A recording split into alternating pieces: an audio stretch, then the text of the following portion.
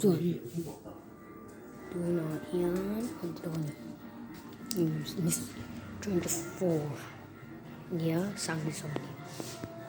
24 chúng cần mong giống chia cần til e rồi chia tệ thì làm đó nhỉ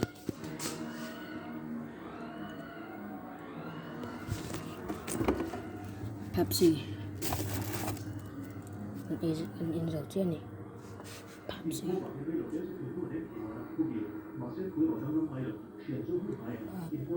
Pepsi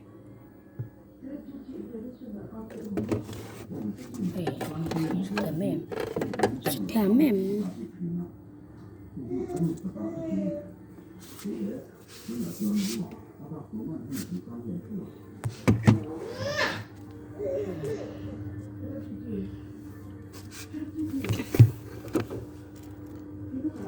yang teh puding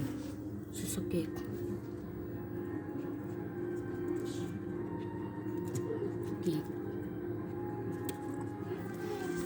cần mình đã chun nhớ chun vườn giảng khá lầy cặp của lột hàng đầu nào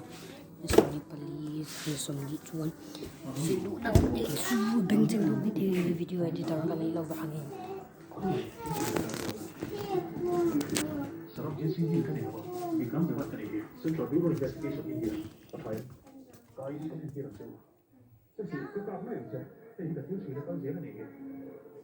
chúa bên trên đủ hết thì